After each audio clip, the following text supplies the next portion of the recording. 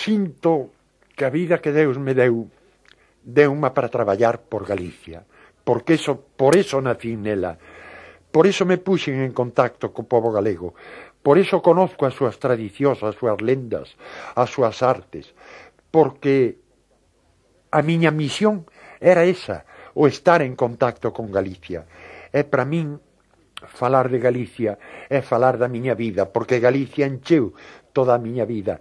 É a do verso de Cabanillas, Galiza, nai e señora. Eso foi para min Galicia, e eso sigue sempre. Nai e señora, sempre garimosa e forte, preto e lexos, onte, agora, mañán, na vida e na morte. É tanto que hai que facer, que non é posible facelo todo. Por outra parte, eu fixen moitas cousas, pero desas moitas cousas hai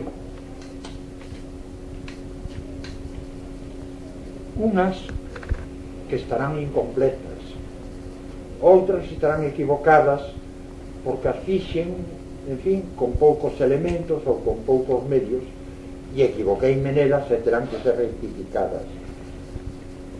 O único do que levo feito, que para min ten un positivo valor, é o pensar unha cousa, que todo o que fixeno pensando en Galicia, que o fixen para Galicia, que o fixen por Galicia, bo ou ruín, completo ou incompleto, moito ou pouco, como sea, pero que foi feito por Galicia, para Galicia, que foi feito desde logo con todo o meu interese e con todo o meu corazón posto en Galicia.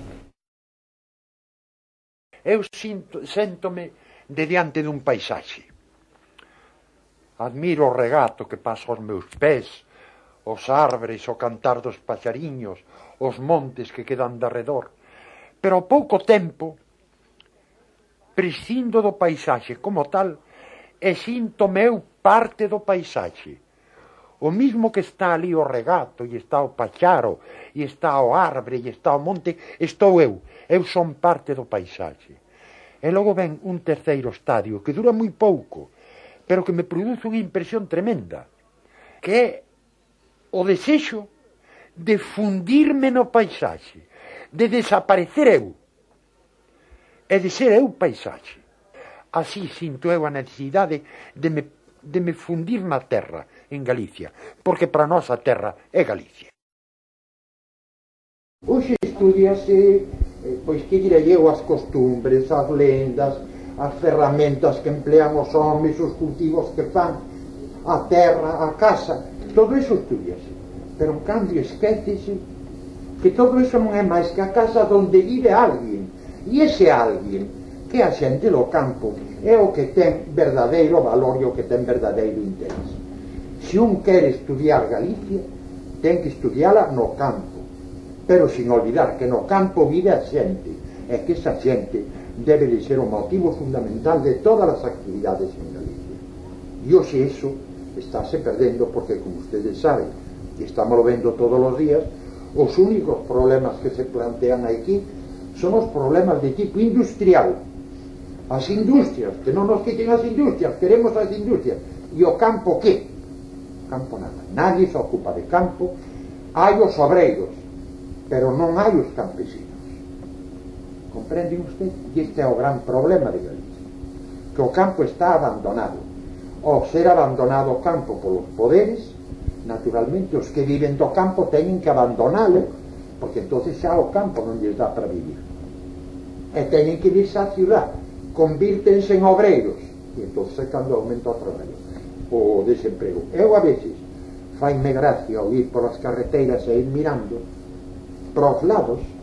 Se ustedes o fan, ocurrirase iso mismo que se me ocurre a mí, e din que non hai traballo e os campos están sin cultivar.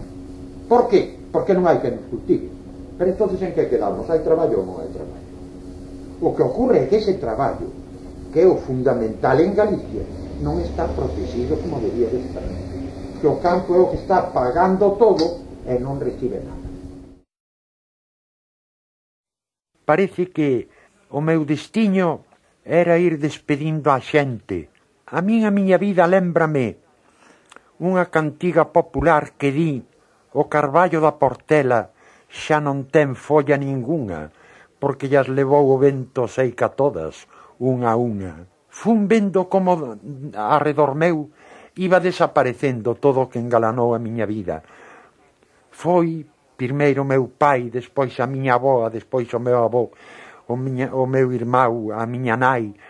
Logo, ver como se me iban estes homes, como Cuevillas, Risco, Otero, Castelao, Bóveda, Casal, aqueles homes do Seminario de Estudios Galegos que tanto me acobillaron.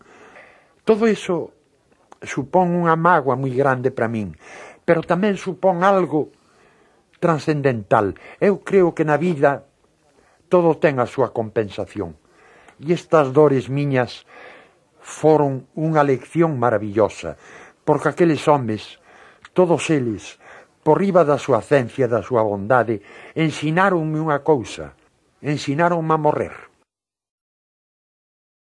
Somos un pouco aficionados a falar de Galicia, da Casa Galega, da etnografía galega, do folclore galego, da historia galega. Todo eso está moi ben, pero detrás diso hai algo que é o pobo galego. É a xente que fixo todo eso, e iso témolo un pouco esquecido. É solo cando un se mete a fondo ao estudio destas cousas chega a identificarse con ese pobo, co pobo de Galicia. E entón é cando un lle ve as súas grandes virtudes e os seus defectos, porque tamén os ten. É cando nós nos damos conta de que somos nós, que temos unha personalidade, millor ou pior, pero nosa. A mí os campesinos son familia.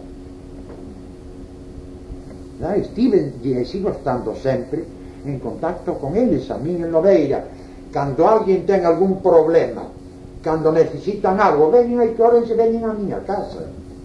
E eu cando estou en Lobeira, paso sempre os graus ali, cando necesito algo, pois chamo por un veciño cualquer. Isto precisamente é a única complicación que teño eu ali, que se necesito que dous homes me veñan a ayudar para facer unha cousa, despois ao día seguinte teño que andar dando explicacións aos demais.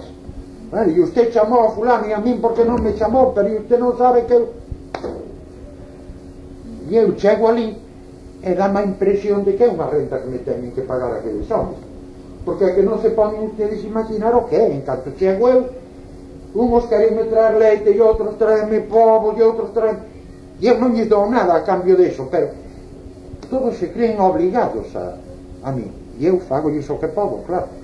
O último que fixen foi darlle todas as fincas que tiña en Lobeira. Eu ali xa non teño fincas, as fincas dellas aos campesinos, porque visto lembraba eu un mandato que formaba parte do programa galeguista que se publicou no ano 1918, e este é o que a xente ignora, que era un programa tan fundamental, tan novo, que hai sobre todo dous dos postulados. Un deles decía: igualdade do home e da muller. A muller, ustedes non chegaron a, en fin, non chegaron a ese intre, pero hasta o ano 1931, en que España se proclamou a República, as mulleres non votaban. As mulleres non tiñan voto. O voto foi concedido ás mulleres pola Primeira República. Tuvo moita gracia, porque en canto lle concederon o voto ás mulleres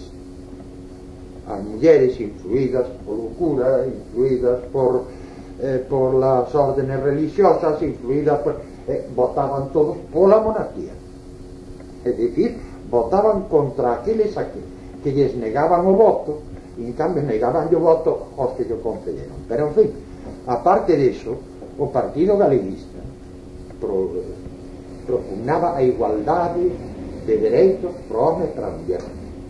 E a outra cousa, que foi a que eu me acollín para facer iso en Lobeira, a terra para que na traballe. O xesto, pois o Partido Comunista non teria inconveniente ningún en firmalo, e sin embargo o Partido Galeguista non era nin é comunista. O que facía, e fíxense que cando falo do Partido Galeguista falo en pasado, non en presente, porque hoxe o Partido Galeguista é unha, non sei, non entendo, e como non entendo, pois non son nin nin de ningún partido. Pero antes aquel Partido Galeguista nós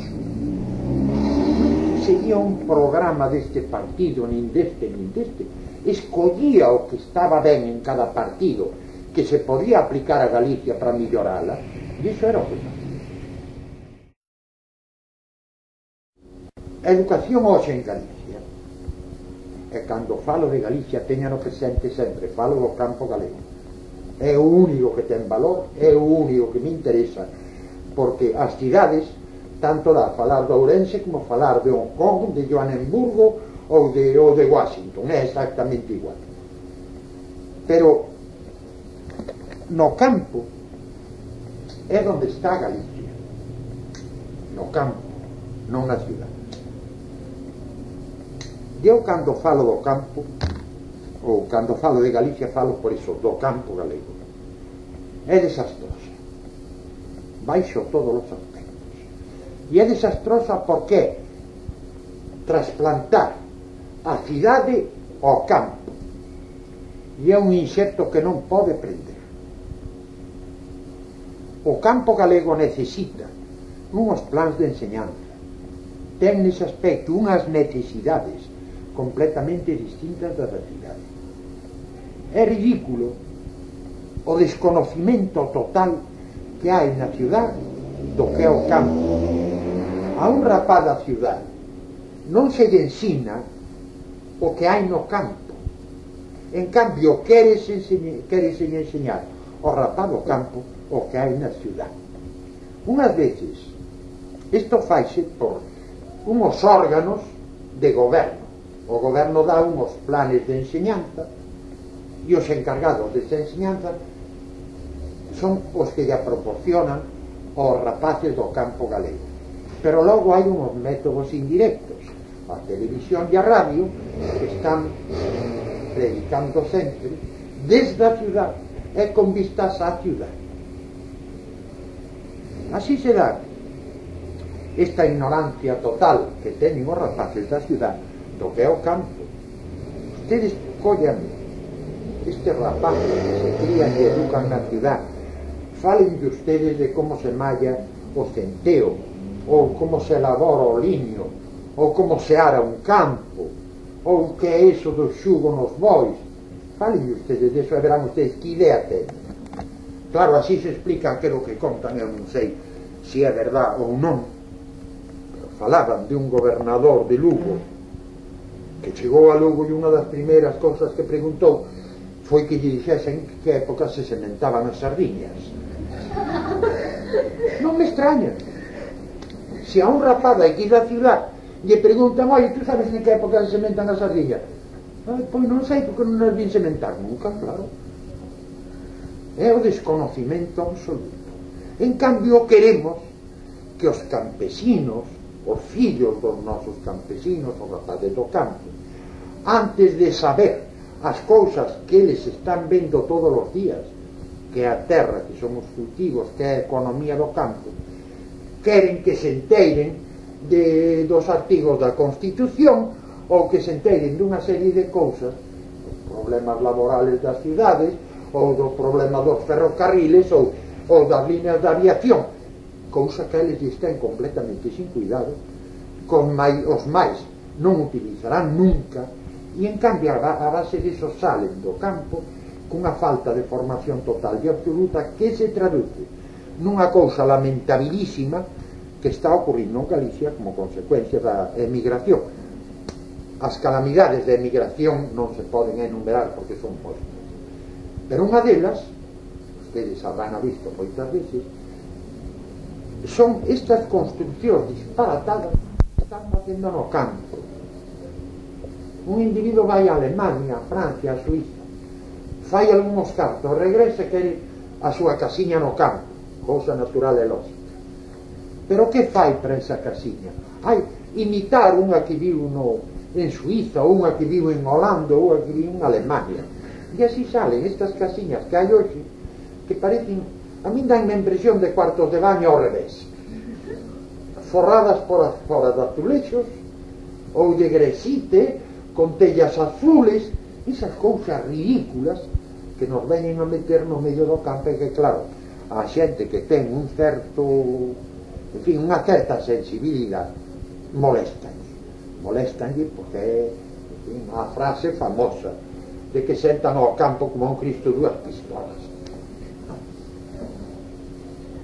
Hai, por exemplo, unha construcción rural, unhas vivendas rurales tradicionales que hai que modernizar naturalmente, e que hai que ter en conta que non se trata de que a xente siga vivindo sin ter cuarto de baño, sin ter calefacción ou sin ter as comodidades indispensables.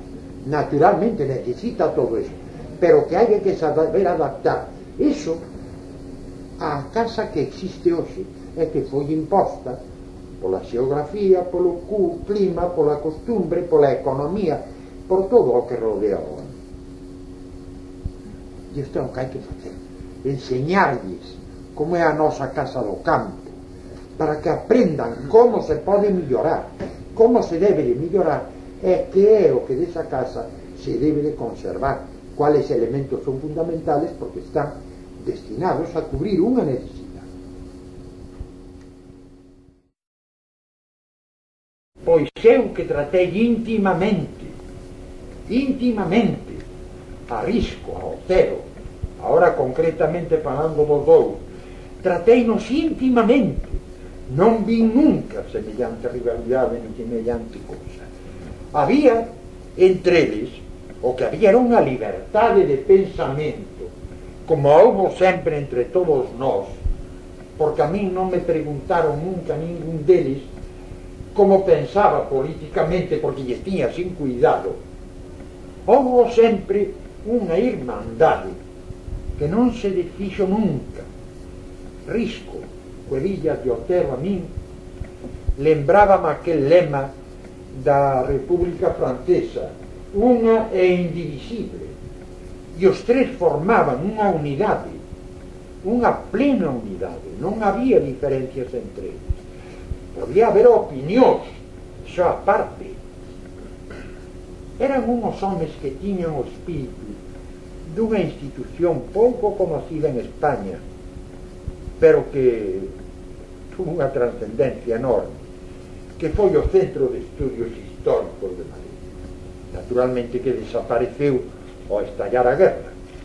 Eu traballei unha temporada hasta que estallou o movimento. Traballei ali no Centro de Estudios Históricos. Eu entrei ali e o único que non necesitei que mo pedisen, porque o vin, e como vin adapteime a aquello, eran unhas pequenas cousas que había que respetar. Non se podía falar en voz alta, non se podía falar a gritos, naturalmente, porque eso molestaba aos demais. Había que falar unha voz prudente. Non se debía de fumar, porque aquilo molestaba aos demais. E eu, que era fumador, desde as 6 da tarde en que entraba ali hasta as 9 da noite, non se me ocurría fumar. Había que ir correctamente vestido, porque efectivamente unha falta de corrección no vestir supuña unha ofensa para os demais. Supuña polo menos que os demais podían molestar. Era unha falta de atención. Ahora, ao lado disso, a min nunca me preguntaron ali a miña idea política, e ali había homes, eu tratei, traballei con xentes como Torner, que era comunista, como Menéndez Pidal, que era un home de esquerda, como Padre Villada, que era xesuíta, e ali non había dificultades, non había tropetos de ningún xénero entre uns e outros. Cada un políticamente pensaba o que quería, pero ali estabas a traballar pola ciencia. E o Padre Villada traballaba en paleografía e non se lle ocurría pensar se era de un partido político ou se era de outro señor que traballaba con el, porque o único que iban ali era a traballar en en paleografía. E eu traballaba en xeografía con Dantín Cereceda, e Dantín Cereceda nunca me preguntou: e usted que opina da política? Non. A mí o único que facía é poñerme teorías sobre a xeografía, indicarme o que significaba a xeografía humana, o valor que tiña, pero nada máis. Pois aquí ocurríamos algo por iso. Non se lle ocurriu a nadie pensar na política nese aspecto. E estes dous homens, Otero e Risco, respetábanse, queríanse profundamente, moi profundamente, pese a todas as rivalidades que quixeron inventar. O ver que despois de 40 anos en que tivemos que estar calados, en que non podíamos falar, en que non podíamos usar o galego, pois despois de todo aquilo transcurre ese tempo de silencio. E é para min unha satisfacción enorme ver como, ao cabo dese tempo, surxen toda esta xeneración de rapaces novos, de rapaces que en realidad non tuveron contacto con aquela fonte inicial do galeguismo, pero que son algo así como diría eu, como froito daquela semente, unha semente que estivo acochada na terra, pero que non perdeu a vitalidade, que cando chega o intre, entonces brota para arriba como brota o campo na primavera. Non fai falta unha continuidade persoal, basta a continuidade da idea, e a idea mantívose. E para min é unha sorpresa enorme ver como todo aquel traballo, unhos traballos enormes como o de Castelao, o de Otero ou o de Risco, outros, os que fomos facendo algo, ver que todo aquilo non se perdeu é que confirma unha cousa que eu pensei sempre, que non hai traballos perdidos, cun traballo sempre dá froito, maior ou menor, máis pronto ou máis tarde, pero cun traballo non se perde nunca. Lousada Diéguez foi a semente da xeneración Nós. A xeneración Nós nace por iso, porque houve un Lousada Diéguez que deitou a súa semente nunhos homes extraordinarios que providencialmente aparecen en Ourense nesa época, e entón esa semente fructifica e dá lugar á xeneración Nós, á revista Nós, ao Seminario de Estudios Galegos, a toda aquela renacencia extraordinaria da cultura galega. Cando penso que hai tanta xente morrendo de fame, cando hai nacións enteiras que están na maior miseria, é que se están gastando miles de millóns en armamento, cando o armamento dun solo día, os gastos dun solo día dunha destas nacións cualqueras bastaba para paliar a fame de moitos centenares de homes. Síntome horrorizado precisamente porque estamos nunha época en que o mal está dominando o mundo. O único xeito que se pode aprender unha lengua, dende neno, non nos libros, sino na casa, coa familia, cos amigos. O que hai que facer é sensibilizar a xente respecto a isto, é que se adoiten que se afagan a falarlle en galego ao rapaz. Iso é o que hai que corrixir. E iso é a gran labor dos mestres, de falarlle en galego aos rapaces. Non enseñarlle o galego, sino falarlle en galego. E que o rapaz lle conteste en galego. E entón, para ese rapaz o galego, vai adquirindo categoría cada vez maior. E chegará o día en que o pai lle falará en castelán e o rapaz lle responderá en galego. Este é o gran ideal. Cando un se pon a lembrar os primeiros anos da súa vida, atopan únicamente algúns retazos pequenos, isolados, que non ten relación uns cos outros. Eu lembro, por exemplo, sendo eu moi neno, un día que fuxín da casa, na casa Gran Alarma, lanzáronse por aí a buscarme e atopáronme na Alameda cun paquete de periódicos vellos debaixo do brazo, vendendo periódicos. Eu como vía, porque entón os periódicos vendíanse polas rúas. Por aquí pasaba sempre un vendedor de periódico que foi moi célebre, que ainda continúa a cousa del, que eres tú, Lizardo. E hoxe ten aquele establecimento no Padre Feixó, pero claro, xa non é ir. Aquí vendía os periódicos, viña por aí que eu recordo. Os pregós dil, era cego, e recordo os pregós dil. A correspondencia, o diario de Ourense, o socialista, que hoxe ven bo. Pois continuaba, e a veces paraba nas esquinas das rúas a pregonar tamén: hoxe fulano de tal ten cabrito, en tal sitio hai merluza fresca a tanto. Pregonaba tamén os comercios externos que había por aí. E os periódicos atrasados íbamos guardando, e de vez en cando, sei, cada 8 días ou 10 días, saía a rúa coeles e vendiós 10 periódicos nun can que sirven para calquera cousa, vendendo os periódicos aqueles.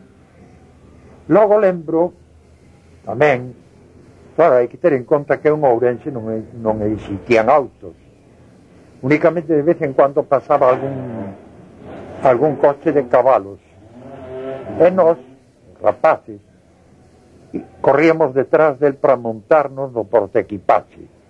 Pero claro, no portaequipaxe cabían 2 ou 3, e os demais, os que non alcanzaban sitio, entón berraban yo ao cocheiro: tralla atrás, que llevan detrás. E o cocheiro agarraba o látigo e atizaba desde o portal, desde o pescante, atizaba para atrás, para botar aos rapaces.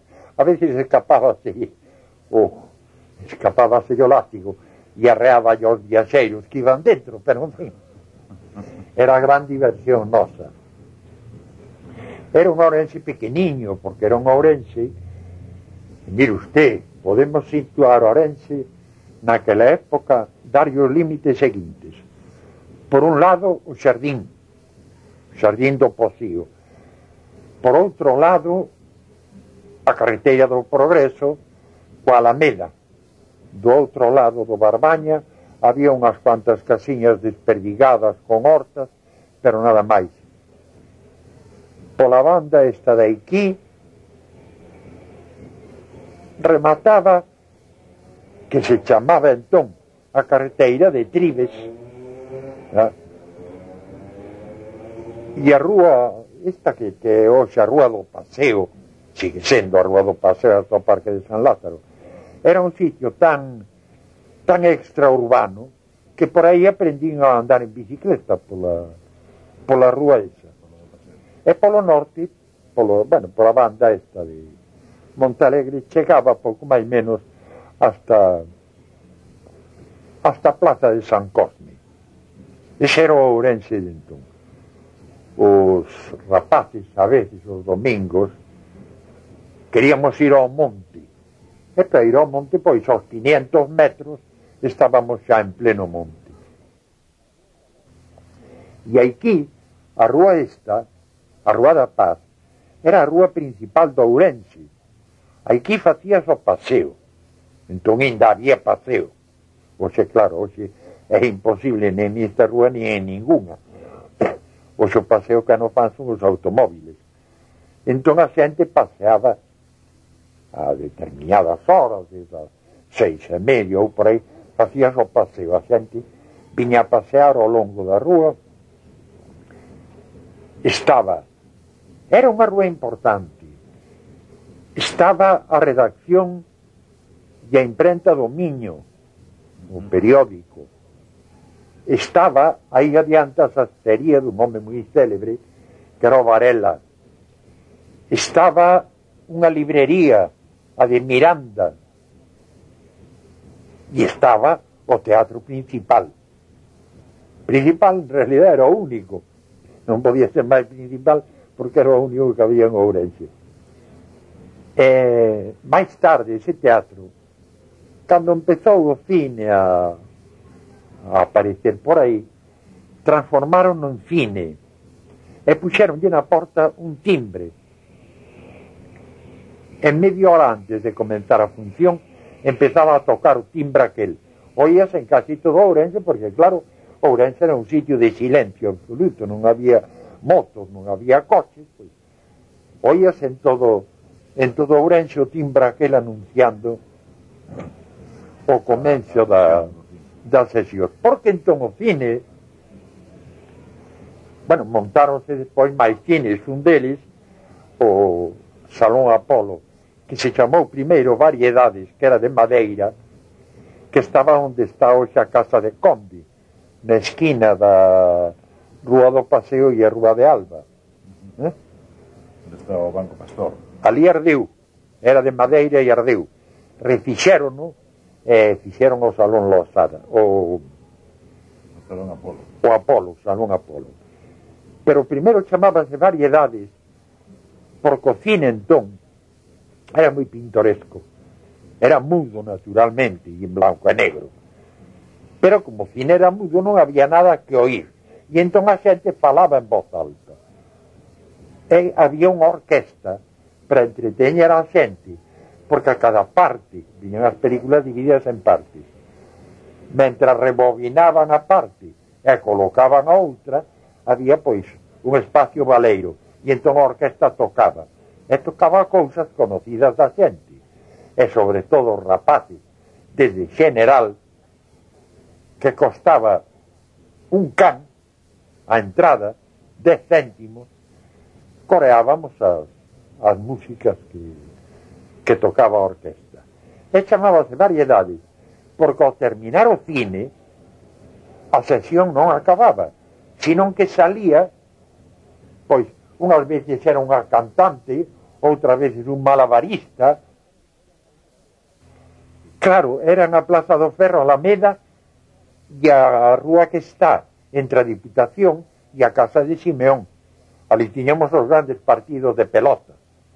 Pero claro, hoxe non se concibe un grupo de rapaces xogando ali, cos coches, cos automóviles.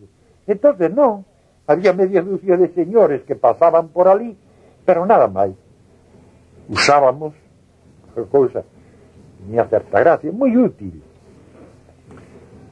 Era a que chamábamos aquí, non sei por qué, boina viguesa, que eran boinas a boina bilbaína.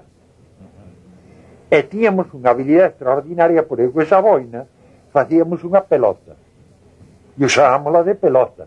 E cando parábamos de xogar, desfacíamos a pelota e encasquetábamos outra vez a boina, que nos servía tamén cando íbamos ao monte para cazar grilos. Cazábamos os grilos cunha palliña e nos metíamos na cabeza debaixo da gorra e así traíamolos para a casa. A casa despois mercábamos, que costaban, pareceme, cun can, as xaulas para grilos que vendían por aí, pois mercábamos unha xaula e tiñamos o grilo. Rara era a casa do Ourense donde houvese rapaces que non tuvese o seu grilo correspondente. Non era un Ourense, diría eu, familiar, no sentido de que naquele Ourense conocíase todo o mundo. Estou falando dun Ourense que tería alrededor de 12.000 habitantes. Hoxe pasa dos 100.000. Aqueles 12.000 habitantes, pois conocíanse todos. Non había, ademais, non había, fora de algúns, había, claro, sempre aparece o tipo, pero non había distincións sociales. O señor, o obreiro, eran todos unos. Eu recordo que meu pai tiña unha gran amistad con don Bernardino Temes, o médico, pai do médico actual, que, por certo, foi o que me cortou a min o dedo este, que se me había magullado e empezou a aparecer a gangrena nel, e entonces cortou o dedo e curou. Que foi de rapaz tamén o dese dedo? Pois debía de ter eu 6 anos, unha cousa así, diría eu, cando foi. Que foi un corte que se fixo aí? Que fora un corte que se fixo aí, unha ferida? Non, foi unha barbaridade desas que fan os rapaces. Donde está, eu digo moitas veces, que a torre, o edificio ese da torre, está feito en honor do meu dedo. Porque aí había unha panadería. A panadería que se chamaba cívico-militar. E un día, pois, aquí na casa, fixeron unha cousa moi corrente. Preparaban a empanada e levaban a cocer ao forno. Un día, pois, fixerona e a muchacha que tiñamos foi na levar e eu fun cuela. E mentras estaban metendo a empanada no forno, eu vin ali unha máquina que tiña un volante, dei ao volante, a máquina empezou a andar e era unha máquina de gramar o pan. Tiña 2 cilindros e agarroume os dedos entre os cilindros e non me levou toda a mal de milagro. Contanse que nunha ocasión veu aquí un amuno e visitou a Lavas Carvajal, visitou a doña Filomena Dato e a non sei quen máis, que resulta que cada un deles tiña un tolo na casa, e que un amuno marchou un pouco asustado dicindo, pero agora en cada casa hai un tolo, porque efectivamente había uns tolos moi pintorescos. Un deles era don Juan Dato, irmão de doña Filomena Dato Murais. Este don Juan Dato era médico e puxose tolo, era médico militar, puxose tolo na guerra de Cuba. Cando veu da guerra de Cuba veu o home tolo, claro, non pudo volver a exercer. E tiña unhas manías rarísimas, ao millor dáballe por vir un caldeiro a Plaza do Ferro e dedicase a vaciar o pilón. Enchía o caldeiro, iba a unha alcantarilla a vazar a auga. Claro, a auga seguía correndo, pois non acababa nunca con aquelo. Iba ao portal na rúa de Alba, iba ao portal dun médico que había ali que era Río Negro, un gran médico, e non se sabe por qué, ni se sabe o que quería dicir aquelo. Desde o portal berráballe: eu non lle pago, que lle paguen os pochos. Non se sabe quenes eran os pochos, nin o que tiñan que pagarlle, pero deulle por aí e iba a berrarlle. Dáballe tamén por pechar as ventanas. Si pasaba por aí pola rúa e a ventana desta casa estaba entreaberta, subía, chamaba, abríanlle a porta, entraba, pechaba a ventana, volvía a marchar, tan tranquilo. No instituto, xa entón, esta era eu alumno do instituto. No instituto foi unha vez, e o instituto ten, pois, ou tiña, un paseo todo arredor, un paseillo no primeiro piso, con ventanas destas de guillotina. Estaban abertas, e entón don Juan empezaba a baixalas, e nós detrás del. E el baixaba as deste lado, daba volta para baixar as daquel, e nós detrás del levantando outra vez. E así estuvo o home a mar de tempo, baixando as ventanas sin darse conta. Outro tolo era o Rufino. O Rufino era panadeiro e estaba tolo solo no brau. Cando viña o calor, entonces o home trastornábase. Tamén había, tamén fora tolo da guerra de Filipinas. Fora da guerra de Filipinas. E andaba polas rúas, cando lle daba a tolería, cun pau ao lombo, marcando paso. Era o que se dedicaba, non se metía con nadie, ni facía daño ningún. Había outra, era unha tola, a bruxa, unha velliña, que contan que pola mañá, cando saía da casa, no portal da súa casa, arrodillábase, rezaba un Padre Nuestro, persinábase, collía a vara e dicía: vamos á guerra, e salía. Porque metían secuela: bruxa, matache o fillo no palleiro, bruxa, bruxa. E ela, frenética, pois metíase coa xente, levaba unha latiña chea de auga para botarlle a xente. Unha vez, na esquina onde está hoxe ese café latino, aí había un comercio de Celestino. E un día viña ela cara aquí, e os dependentes meteron secuela, ela non dixo nada, calou como se non ouvise, deu a volta, e ao chegar ao escaparate de aquí da calle da Paz, agarrou a vara, arreoulle un bareazo ao cristal e rompeu-no, e continuou moi tranquila. Agora, como eu estou tola, que veñan a reclamarme. Miña abuela materna tiña casa en Lobeira, que hoxe miña, e pasábamos os braus ali. Parte do brau, 15, 20 días, íbamos pasar a Vigo, porque en Vigo estaba o meu abuelo materno, porque a miña nai era de Vigo.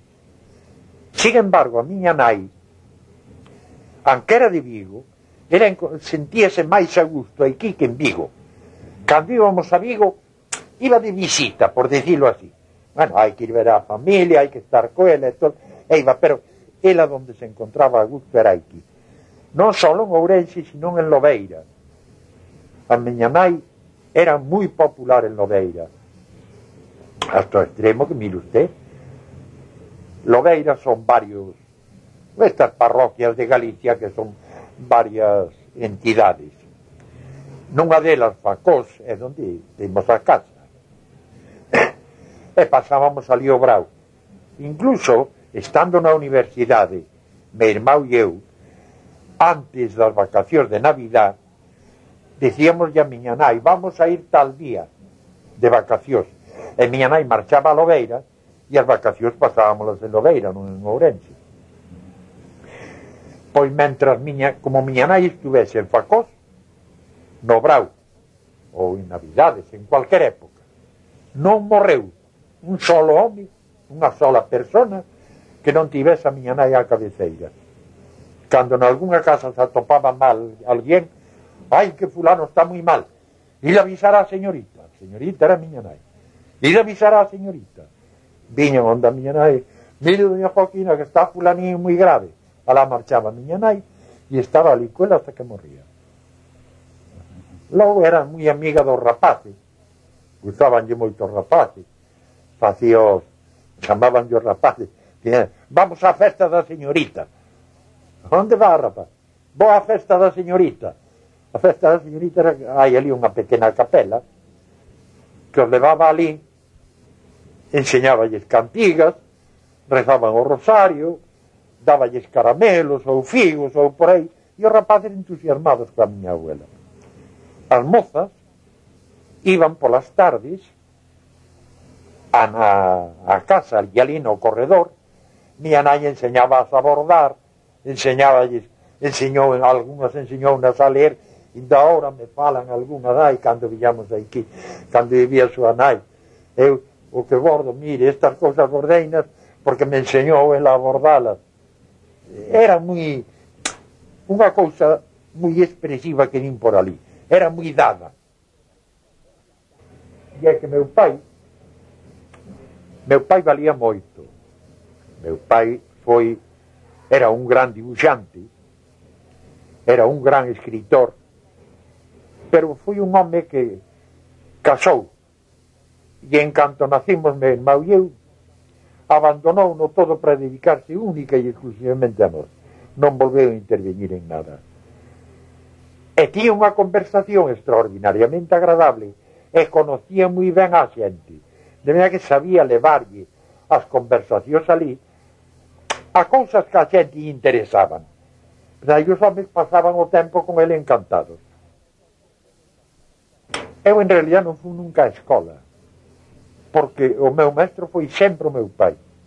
Únicamente unha tempada antes de ingresar no instituto, dixo meu pai, bueno, vas ir ao colexio aos Villares, rexido por don Amador e don Saturnino Villar, con o obxeto de que te poñas en contacto con outros rapaces que son os que van ser compañeros teu de bachillerato, de maneira que convén que vayas para que te vayas familiarizando con eles.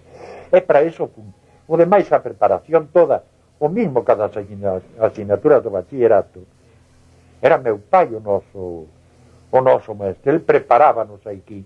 Era un gran matemático e tiña unhas grandes condicións de pedagogo.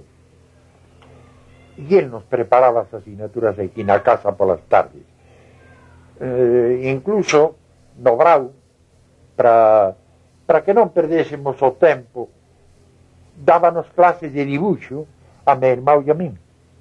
E miña nai dábanos clases de francés a meu irmão e a min, aos dous.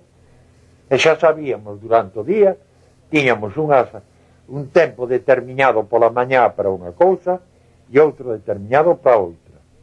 Un co dibuixo e miña nai co francés. Meu irmão era 3 anos máis novo que a min. E cando eu rematei o bachillerato, foi cando morreu meu pai. Entón, claro, xa para nós cambiou a vida completamente, porque tiñamos do meu abuelo unhas propiedades en Bos Aires.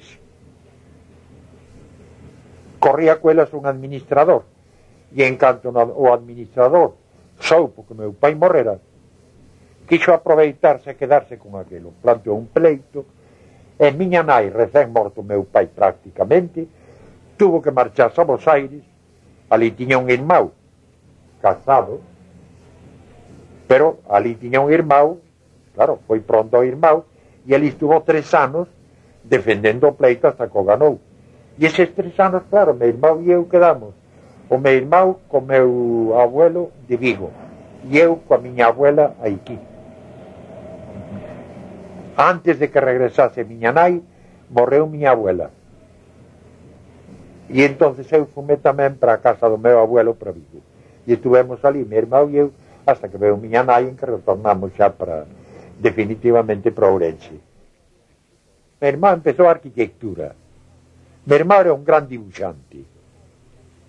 E empezou a arquitectura porque creu que o arquitecto era un artista.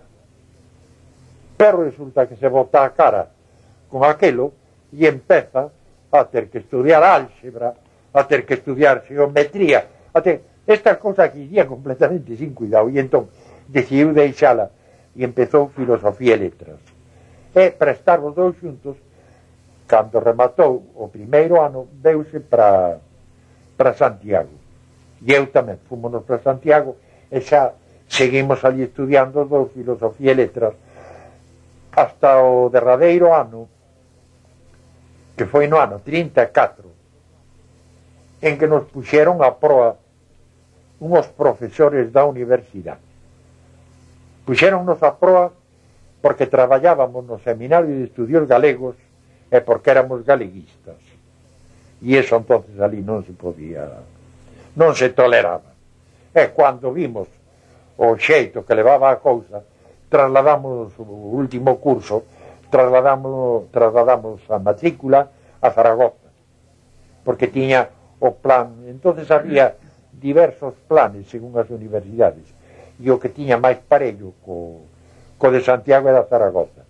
Fúmonos para Zaragoza, e ali no mes de abril rematábamos a carreira en maio. No mes de abril morreu meu irmão dunha septicemia. Xa non, claro, non rematou a carreira, por eso, por un mes. Eu, claro, con todo aquel trastorno, pois xa non me examinei en maio, fun a rematar en setembro do mismo ano. Preso, hai se que remontar, claro está, alá os anos en que Risco, Cuevillas e Otero iniciaron aquí unha laboura maravillosa de potenciación do galego como lengua científica. É o noso. Dali saliu o nos, e o nos é un fito fundamental na cultura galega.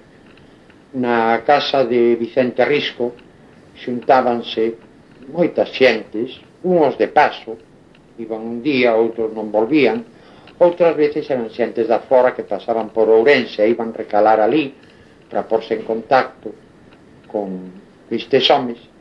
E logo pois éramos uns cuantos que dunha maneira permanente e constante íbamos a traballar ali, a traballar, non unhas veces eran tertulias, outras veces eran traballos, pero sempre a unha laboura feita, claro está, dirixida por eles. Ali se catalogaron castros, ali se colleron cantigas, ali se clasificaron contos, ali se fixeron toda unha serie de obras que quedaron. Moitas perderonse despois, traballos que claro non chegaron a publicarse, perderonse despois por, claro, como consecuencia de todas estas circunstancias que produxeron unha ruptura, un hiatus no movimento galego. Pero ali formáronse homes en todos os terreos, porque ali estaba, claro, eu non podo agora lembralos todos un por un, pero en fin, como mostras, pois baste falar, por exemplo, de Prego, que iba ali, que ali facía os seus dibuxos, o desaparecido Travazos, Luis Travazos tamén iba ali, tamén opinaba e escribía, iba o Benchosei, iba Xesús Taboada, iba eu, e despois, claro está, Cuevilla, Risco, Otero, dunha maneira permanente. Os domingos, por exemplo, pois saíamos aos arredores, unhas veces máis lexos, outras máis preto, a catalogar unha igrexa, a visitar un castro, a recoller cantigas ou contos de alguén que sabíamos que, en fin, que as conocía. Por certo que hai unha anécdota da que non oín falar nunca, é que ten certa gracia, íamos os domingos, en general os constantes eran Otero, Risco, Cuevillas, Benchosei e eu, éramos os constantes, despois agregabas algún outro unhas veces e outras non, pero sempre nos atopábamos coa mesma dificultade, sempre tiñamos que sair con certa tardanza, sempre con retraso, porque había entre todos estes un home amante do fútbol que non quería sair de Ourense mentre non rematasen os partidos que se xogaban entón no campo ese, o campo Boloña, o antigo campo de fútbol que hoxe xa desapareceu. E este home non toleraba sair de Ourense sin haber visto o remate do partido. Este home era nada máis e nada menos que Florentino Cuevillas. Florentino Cuevillas, farmacéutico, empregado da facenda, arqueólogo e aficionado ao fútbol. Despois, máis tarde, deixou, non volveu a ocuparse disso. Pero entón, sí. E ali se fixo ese nino de cultura de donde saiu o nós, de donde saiu despois o Seminario de Estudios Galegos. Logo veu a guerra. Todo isto desorganizouse. En primeiro lugar, claro, as circunstancias que nos levaron a uns a un sitio, outros a outro, as dificultades de se xuntar, entón non se podían ter xuntanzas deste tipo, moito menos cando tiñan un signo político, porque a nós, aunque éramos unhos homes adicados exclusivamente á ciencia, pois éramos deses que eran galeguistas, e o ser galeguista era un crimen. E claro, non podíamos xuntarnos. E así foise espallando isto, e entramos nun período, non direi de esquecemento, porque o esquecimento non houbo nunca. Todo aquel material que nos recolléramos, o material que se recolleu no Seminario de Estudios Galegos nos primeiros tempos, todo aquilo quedou, e a base diso foronse facendo unha serie de traballos que se publicaron en moitas revistas de aquí, unhas de aquí de Galicia, por exemplo, no Instituto Padre Sarmiento, porque quixeron sustituir ao Seminario de Estudios Galegos. Outros no Consello Superior de Investigacións Científicas, na revista de Dialectoloxía, no da Arqueoloxía, no do Padre Sarmiento, nos cuadernos de estudios do Instituto Padre Sarmiento, dependentes todos eles do Consello Superior. E ali teñense publicado traballos ao longo de todo ese tempo. Ali publicou Risco, publicou Cuevillas, publicou Otero, publicou Xesús Taboada, publicou Benchosei, publiquei eu, publicaron, en general publicamos todos os que habíamos traballado naquel núcleo. O que ocorre é que, claro, traballamos xa un pouco desligados uns dos outros, xa non tiñamos esa colaboración mutua, da que saíron, por exemplo, a xeira de Lalín, a xeira da terra de Melide, onde saliu o libriño ese da terra de Melide, de onde se organizaban os arquivos dos seminarios de estudios galegos. Agora xa non, esa convivencia desapareceu en parte, porque eu, por exemplo, continuei sobre todo con Risco e con Cuevillas, continuei traballando codo a codo, constantemente. O mismo con Otero, claro, Otero tiño enfrente da miña casa, Otero naceu, viviu e morreu aquí enfrente da miña casa. Cuevillas estaba aí ao lado na Plaza do Ferro, e Risco un pouco máis adiante na Rúa de Santo Domingo, de maneira que nos víamos constantemente. E así continuábamos ese traballo de colaboración, pero non unha colaboración xa máis miúda, hasta que, claro, apareceu, en fin, foron cambiando os tempos, isto modificouse, e hoxe estamos nun entre difícil para, refírome á cultura galega de Ourense, difícil porque nos falta xente, hai pouca xente para traballar nela, porque a xente que está disposta a traballar e que quere traballar e lle interesa isto, non se queda en Ourense, vaise a Santiago, á universidade, e traballan na universidade ou en Santiago. Por exemplo, de aí, claro, porque consecuencia de todo isto son estas novas asociacións ou estos novos centros de cultura que se están organizando hoxe.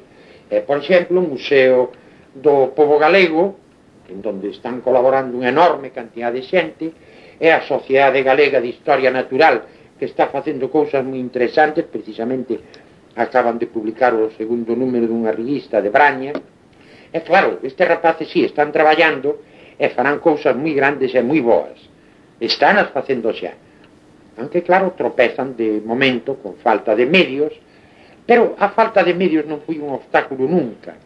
Eu teño a teoría de que estas agrupacións de tipo cultural somente traballan ben cando están endeudadas. Mentras dispoñen de moito diñeiro, non dan de sí, materialízanse demasiado. En cambio, cando se está debendo diñeiro, é cando hai que apretar os covelos contra a mesa e hai que traballar de firme. E isto é o fundamental. En realidade, nós queremos todo no Museo do Pobo Galego. Porque cando se fala da cultura dun pobo, non é só a cultura popular. Hai que ter en conta que a cultura popular dá despois lugar a, en fin, valga a redundancia, a cultura culta. Un señor que inventa un arado de ferro, pero é porque hai antes un arado de madeira feito pola xente do povo, senón el non podería inventalo. E un muiño mecánico, un tear mecánico, funciona porque antes houve un popular. E a súa vez, esta forma popular dos aparellos da cultura ten tamén uns antecedentes de tipo histórico. Hai que ter en conta que os períodos máis vellos da historia, a prehistoria concretamente, non é máis que etnografía. Fora de alguna manifestación de tipo artístico que pudéramos, en último término a cousa é moi discutible, pero en fin, que pudera tomarse como unha cousa culta, o demais é cultura popular. Non hai motivo para separar dentro deste tipo de estudos a hacha do home paleolítico da machada que fai o ferreiro en unha forxa dunha aldea cualquera. É o mismo. Variou o material, variou a factura, pero é o povo que non fai e o povo que non cría. Así, o Museo do Pobo Galego comeza por iso, pola prehistoria. E logo, claro, vamos a reunir todo o que poidamos en canto a ese material. Pero, por outro lado, tampouco queremos que o Museo do Pobo Galego sexa unha obra morta. Como non queremos que o museo sexa unha habitación en donde se meten en frascos con alcohol uns exemplares de cousas para que a xente as vexa, non. Queremos algo vivo, e ese algo vivo farase a base de publicacións, a base de conferencias, a base de algunhas exposicións, como algunhas que se fixeron aquí, por exemplo, a da Dorna, a dos cruceiros, a do reloxes de sol, a do monte, todo isto, que logo se fará dunha maneira itinerante en diversos povos da Galiza, é o que aspira o povo galego, para que a xente vexa, conozca e se interese por esa cultura popular. Ahora, contamos, claro, con poucos medios aínda. Isto é unha laboura de tempo e de diñeiro, pero temos o fundamental. E o fundamental é, en primeiro lugar, un edificio en onde están instalados, que é o convento de Santo Domingo en Santiago. E despois, o que non se pode improvisar, un fato de rapaces que están traballando con todo o seu interese e con todo o seu corazón no Museo do Pobo Galego. Rapaces que fan todo o que hai que facer, desde porlle sellos ás cartas hasta montar as cousas no museo, pintar, instalar luces, facer o que haxa que facer, pero faise. E así se están abrindo cada ano, estánse abrindo novas salas. Agora, neste brao, pois contamos con que se abran 2 ou 3 máis. E así, pouco a pouco, ir facendo unha recolleita de todo isto que se perde. Porque a etnografía está nun peligro gravísimo. A xente non se dá conta deste peligro. Un castro, por exemplo, ou as ruínas dunha vila romana, se non se escavan hoxe, escávanse dentro de 50 anos. As cousas están ali, esas xa non se perden. En cambio, as cousas que o povo usa, que vai desbotando, esas desaparecen. Hoxe xa é dificilísimo encontrar algunhas cousas destas do povo. Hoxe un arado de madeira xa é difícil. Unha cambela costa de olla axuda, ou da arcuela.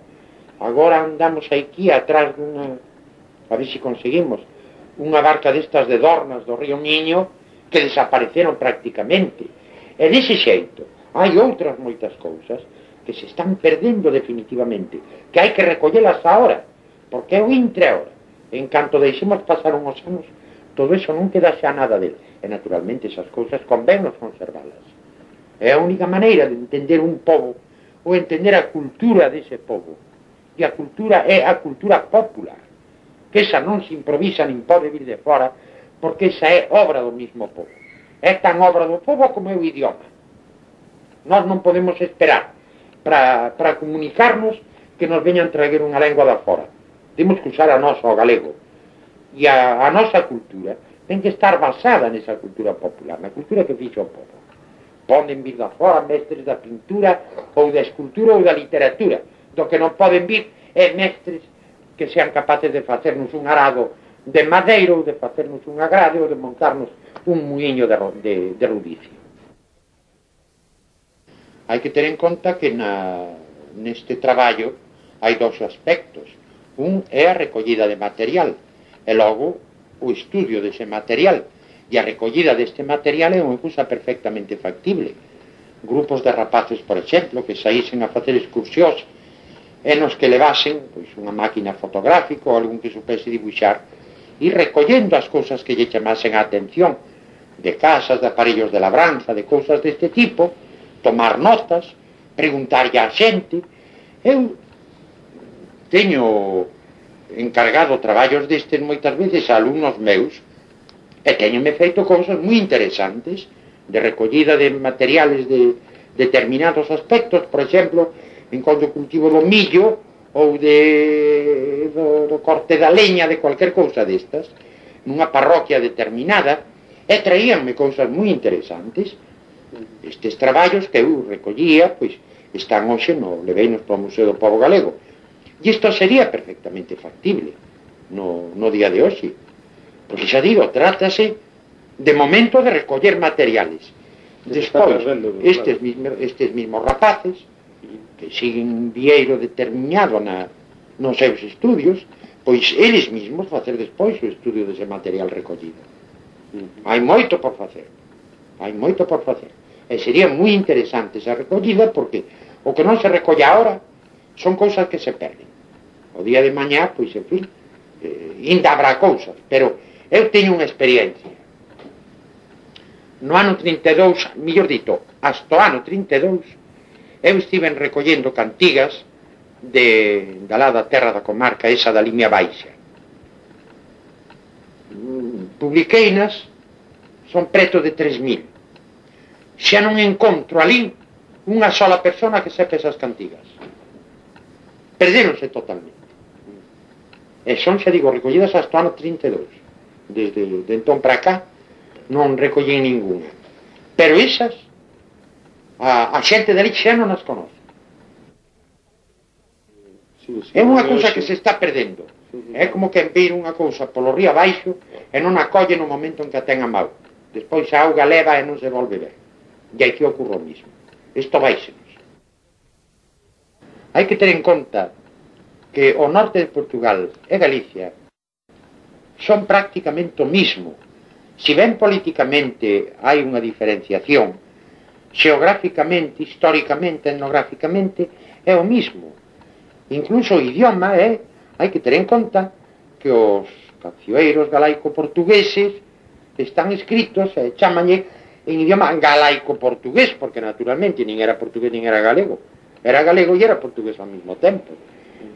E a identidade é tan extraordinaria que se ten visto moitas veces, e estamos vendo constantemente nestes traballos que facemos de etnografía sobre todo, que tropezamos cos mesmos feitos, tropezamos coas mesmas costumes, millor conservadas en Portugal, por exemplo, na materia de traxes, pero, en general, pois é o mismo. A cultura do norte de Portugal e a da Galicia é exactamente a mesma cultura, como é tamén a cultura do occidente do occidente de Asturias, da parte da zona esa do Bierzo, en fin, todas as terras limítrofes forman parte culturalmente desta que, en fin, chamamos tamén moitas veces, por iso chamamos cultura do noroeste, non cultura de Galicia, porque ao falar de Galicia, claro, enténdese a Galicia xeográfica de hoxe, e non, ten un ámbito máis amplio. E esta colaboración precisamente do norte de Portugal e de Galicia no terreno de investigación, estamos vendo constantemente. Eu teño asistido a unha serie de congresos de etnografía, e en todos eles se insistía sempre no mismo, en que é necesario unha colaboración estreita de investigadores galegos e portugueses, porque estamos investigando o mismo. Estamos investigando a mesma cultura. Eu ando, fai algún tempo, con un traballo en col da distribución dos diferentes tipos de xugos en Galicia. E atopeime con que as 3 zonas en que se empregan os 3 tipos de xugos que hai en Galicia prolónganse matemáticamente polo norte de Portugal. E cada tipo de xugo de Galicia comprende unha zona que logo sigue cara ao sur por Portugal. É o mismo. É un feito, por exemplo, que non logrou romper a política. É un feito cultural que continúa. Como vamos a falar da distribución de xugos na Galicia se non podemos ampliálo ao norte de Portugal, en donde o fenómeno continúa exactamente igual? E en general, en todos os aspectos da cultura, sobre todo deste da cultura popular, o norte de Portugal, o sur xa non tanto, claro, porque está influído por outros elementos, pero do norte de Portugal e de Galicia é o mismo.